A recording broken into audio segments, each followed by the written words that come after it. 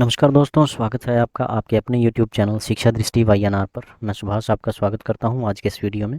आज के इस वीडियो में हम जानेंगे मंत्रिमंडल मिशन के बारे में, कैबिनेट मिशन के बारे में, जो भारत में 1945-46 में आया था और क्या थे इसके प्रावधान, किस तरह से इसकी पृष्ठभूमि तैयार हुई, क्या परिस्थितियाँ रही उस समय की, और किस तरह से इन्होंने जो है मुस्लिम लीग और कांग्रेस के बीच समझौता बनाने की कोशिश की, और कांग्रेस और मुस्लिम लीग की उस समय में क्या मांगे रही, क्या इस पर समझौता बन पाया, तो उसको जानने का आज प्रयत्न करेंगे इस आज के इस वीडियो में। तो चलिए शुरुआत करते हैं।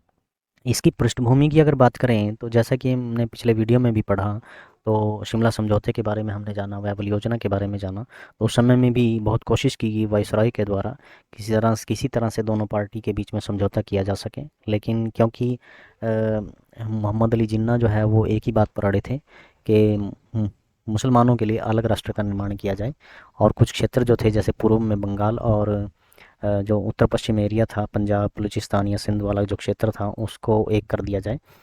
तो वो उस समय में भी सहमति नहीं बन पाई, और आज देखते हैं कैबिनेट मिशन ने किस तरह का प्रयत्न किया।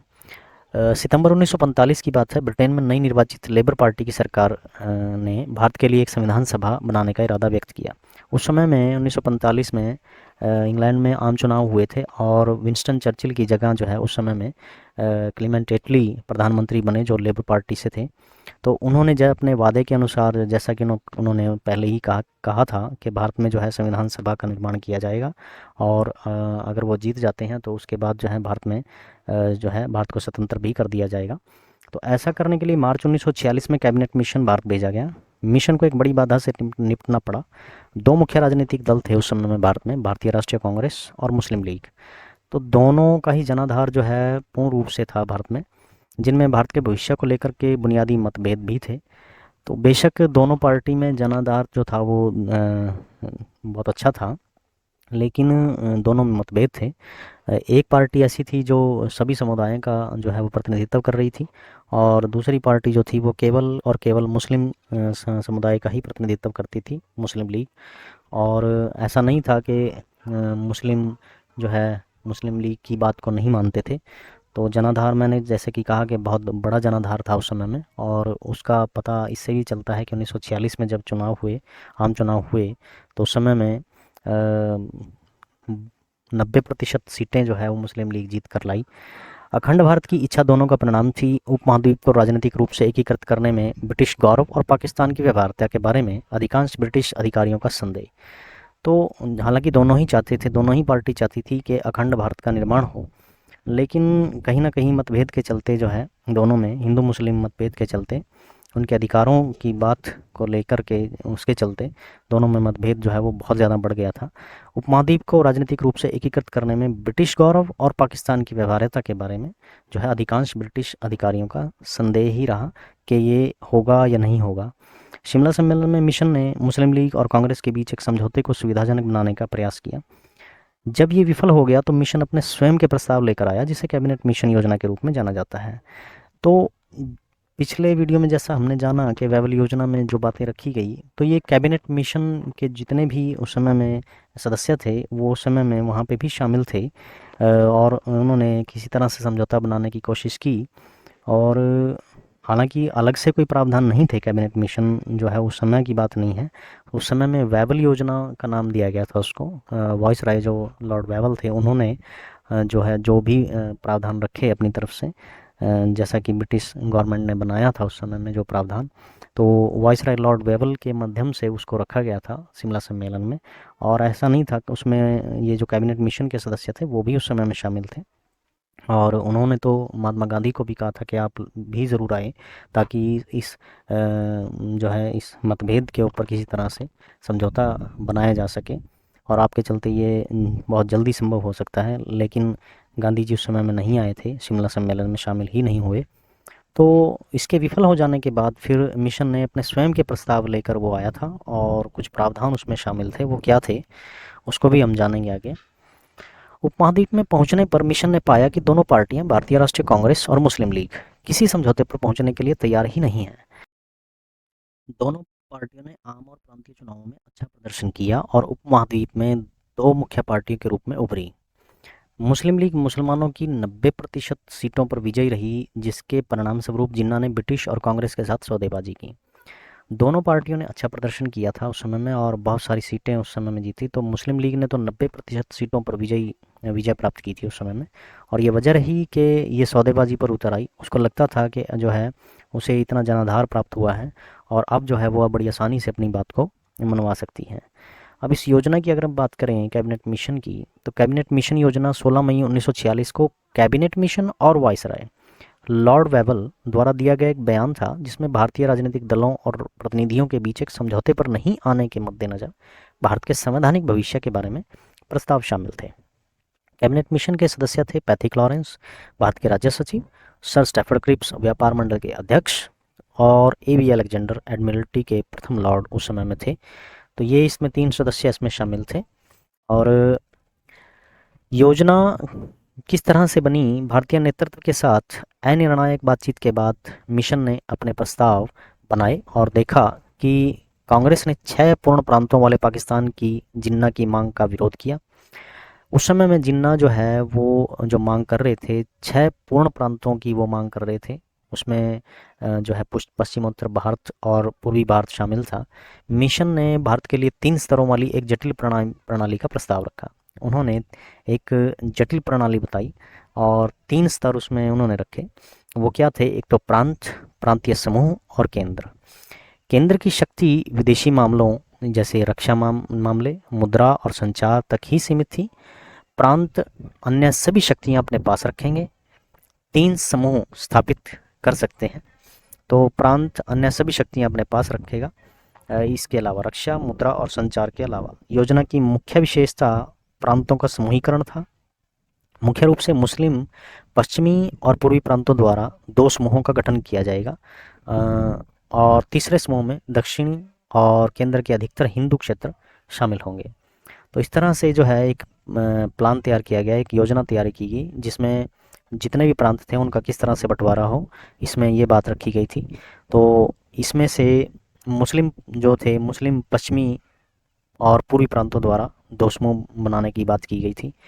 मुस्लिम जो प्रांत थे, तीसरे समूह में दक्षिण और केंद्र के अधिकतर हिंदू क्षेत्र शामिल थे। तो उस समय में जो मुस्लिम बहुल क्षेत्र था, एक तो पूर्वी क्षेत्र था, बंगाल असम वाला जो क्षेत्र रहा, और एक था पश्चिमोत्तर भारत जिसमें पंजाब, बलूचिस्तान, सिंध क्षेत्र शामिल था। और रियासतें संघ को सौंपे गए विषयों के अलावा अन्य सभी विषयों और शक्तियों को अपने पास रखेंगी। रियासतें जो थी वो संघ को सौंपे गए विषयों के अलावा अन्य सभी विषयों और शक्तियों को अपने पास रखेंगी। रियासतों के बारे में ये बात इन्होंने कही।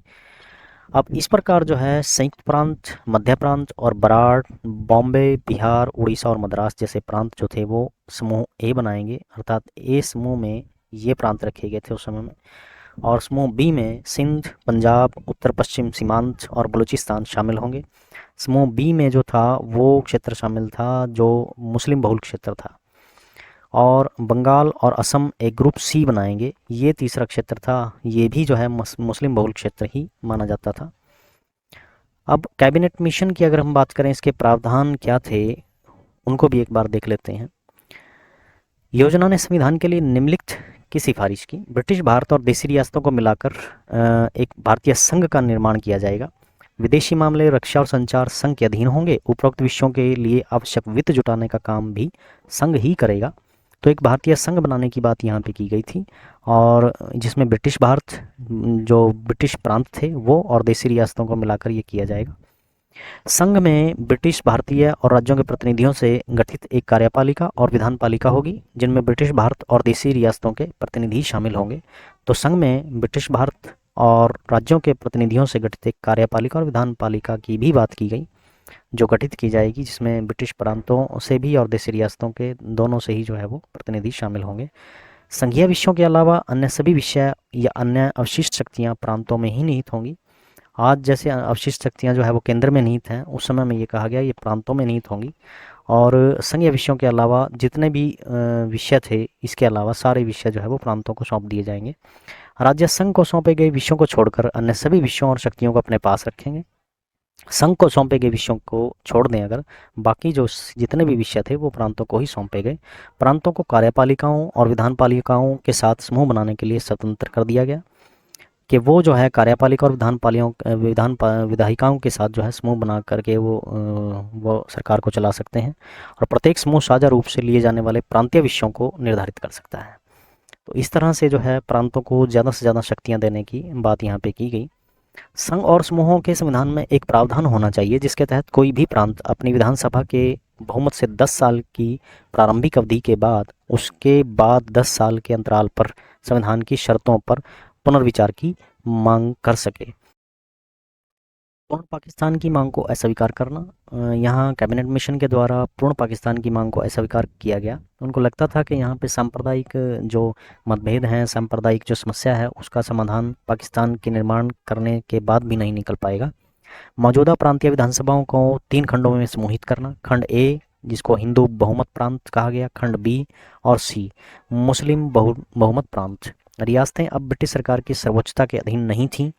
वे उत्तराधिकारी सरकारों या ब्रिटिश सरकार के साथ समझौता करने के लिए स्वतंत्र होंगे। अर्थात रियासतों को जो है स्वतंत्र कर दिया गया कि वो जैसे चाहें वो शासन से संबंधित निर्णय ले सकते हैं, कि वो अगर ब्रिटिश प्रांत में शामिल होना चाहें तो उसमें शामिल हो सकते हैं, और अगर वो स्वतंत्र रूप से शासन करना चाहते हैं तो वो कर सकते हैं, और वो उसके लिए अपना अलग से संविधान बनाना चाहें तो वो भी बना सकते हैं। तो वो ब्रिटिश सरकार के साथ समझौता करने के लिए स्वतंत्र होंगे, ऐसा कहा गया। और भारतीय संविधान के निर्माण के लिए अप्रत्यक्ष चुनाव प्रणाली के आधार पर एक संविधान सभा की स्थापना की जाएगी। तो संविधान सभा के निर्माण की बात जो थी वो कैबिनेट मिशन में व्यवहारिक रूप से जो है वो कैबिनेट मिशन में ही की गई। हालांकि मौखिक रूप से तो ये पहले भी बात हुई थी, लेकिन यहाँ व्यवहारिक रूप से इसको बात इसलिए की गई क्योंकि यहाँ पे जो है इससे जिसके चुनाव से संबंधित भी बातें की गई, उस प्रक्रिया के बारे में भी बात की गई कि किस तरह से संविधान सभा का निर्माण किया जाएगा। इस संविधान सभा में कुल 389 सदस्य होंगे, जिनमें 292 ब्रिटिश प्रांतों के, 93 देसी रियासतों के और 4 चीफ कमिश्नरी के क्षेत्र के प्रतिनिधि शामिल होंगे। इसमें यह कहा गया, यह निश्चित किया गया कि लगभग 10 लाख व्यक्तियों पर एक सदस्य संविधान सभा में चुनकर आएगा, और प्रांतों को संविधान सभा में प्रतिनिधित्व जनसंख्या के आधार पर दिया जाएगा। जैसे आज भी जो है आम चुनावों में जो प्रतिनिधित्व है वो जनसंख्या के आधार पर ही है। तो यहाँ पे ये बात की गई कि संविधान सभा में प्रतिनिधित्व जो है वो जनसंख्या के आधार पर दिया जाएगा, अर्थात 10 लाख व्यक्तियों पे एक सदस्य संविधान सभा में चुनकर जाएगा। देशी रियासतों का प्रतिनिधित्व भी हालांकि जनसंख्या के आधार पर चुने गए प्रतिनिधियों की समझौता समिति और देशी रियासतों की ओर से नियुक्त की गई समिति के मध्य आपसी बातचीत द्वारा तय होना था। तो यहाँ पे भी बात जो है वो जनसंख्या के आधार पे चुने गए प्रतिनिधियों की ही की गई, लेकिन यहाँ पे 2 समितियों का जो है वो जिक्र किया गया कि जितने भी प्रतिनिधि चुने जाएंगे उन प्रतिनिधियों की समझौता समिति और देशी रियासतों की ओर से की गई एक समिति, बनाई गई समिति, उसके मध्य आपसी बातचीत द्वारा ये तय होना था जो भी प्रतिनिधित्व की बात यहाँ पे की गई रियासतों के द्वारा। और प्रांतों को इस बात की स्वतंत्रता थी कि वो आपस में मिलकर अपने प्रत्यक्ष शासन संबंधी समूह बना सकते थे। एक अंतरिम सरकार की स्थापना की जाएगी जिसे भारत के सभी प्रमुख राजनीतिक दलों का समर्थन प्राप्त होगा, जिसमें 14 सदस्य होंगे, 6 कांग्रेसी, 5 मुस्लिम लीग, 1 भारतीय ईसाई, 1 सिख और 1 पारसी सदस्य इसमें शामिल होगा। अंतरिम सरकार की स्थापना की बात यहाँ पे की गई, जिसमें जो है अलग अलग समूहों के प्रतिनिधित्व की बात यहाँ पे की। महात्मा गांधी के द्वारा ये उस समय में ब्रिटिश सरकार द्वारा प्रस्तुत की जा सकने वाली सर्वश्रेष्ठ योजना कही गई कि महात्मा गांधी उन्होंने ये कहा कि उस समय में ब्रिटिश सरकार अगर कोई सर्वश्रेष्ठ योजना दे सकती थी तो वो यही थी, इससे अलावा वो इससे बेहतर कोई योजना दे ही नहीं सकती थी। तो गांधी जी का ये मानना था। अब प्रतिक्रिया इस पर क्या हुई कांग्रेस या मुस्लिम लीग की, उसको भी अगर हम समझें तो योजना को शुरू में मुस्लिम लीग और कांग्रेस पार्टी ने स्वीकार कर लिया था। कैबिनेट मिशन द्वारा सुलह के आगे के प्रयास विफल रहे। हालांकि बाद में जो है इसने बहुत कोशिश की कि किसी तरह से सुलह की जा सके दोनों पार्टियों में, लेकिन ऐसा नहीं हो पाया। तो बहरहाल संविधान सभा की कार्यवाही शुरू हुई और एक अंतरिम सरकार की स्थापना भी की गई इसके बाद, जिसके प्रधानमंत्री जवाहरलाल नेहरू बनाए गए थे उस समय में। इसके बाद जो है अंतरिम सरकार का भी गठन किया गया था जिसमें प्रधानमंत्री जवाहरलाल नेहरू को बनाया गया था। ऐसे सितंबर 1946 की बात है, तो उसका भी हम आगे जिक्र करेंगे किस तरह से जो है कौन कौन मंत्री उसमें बनाए गए थे कैबिनेट के और कौन से राज्य मंत्री उसमें बनाए गए थे। तो उसमें प्रधानमंत्री जो बनाए गए थे जवाहरलाल नेहरू थे और मुस्लिम लीग उसमें शामिल नहीं हुई थी बाद में, लेकिन अक्टूबर में जाकर के वो भी उसमें शामिल हो चुकी थी। तो इस तरह से जो है अंतरिम सरकार का गठन भी किया गया था। इसके बाद मुस्लिम लीग ने दोनों का हिस्सा बनने से इनकार कर दिया। इसने प्रत्यक्ष कार्रवाई दिवस की शुरुआत की, जिससे पूरे देश में बड़े पैमाने पर हिंसा भड़की। तो ये प्रत्यक्ष कार्रवाई दिवस क्या था, इसको अलग से एक वीडियो में हम समझेंगे, जानेंगे इसके बाद कि ये क्या था, अर्थात किस तरह से जो है कैबिनेट मिशन योजना के बाद जो है मोहम्मद अली जिन्ना ने किस तरह का जो है फैसला लिया था, और किस तरह से जो है उस समय में उनके इस फैसले से हिंसा की शुरुआत हुई थी बंगाल में, कलकत्ता में। और जो मुस्लिम बहुल क्षेत्र थे या हिंदू बहुल क्षेत्र थे उनमें, हालांकि कांग्रेस पार्टी ने जल्द ही योजना के समूहीकरण निभाग को अस्वीकार कर दिया, विशेष रूप से क्योंकि यह धर्म के आधार पर प्रांतों के समूहीकरण के बारे में चिंतित था और इसका विरोध करता था। तो यहाँ कांग्रेस पार्टी ने बाद में जाकर के इससे जो है इनकार कर दिया था, इसकी प्रावधानों से जो है मानने से इनकार कर दिया था, उस पर सहमति नहीं बन पाई थी।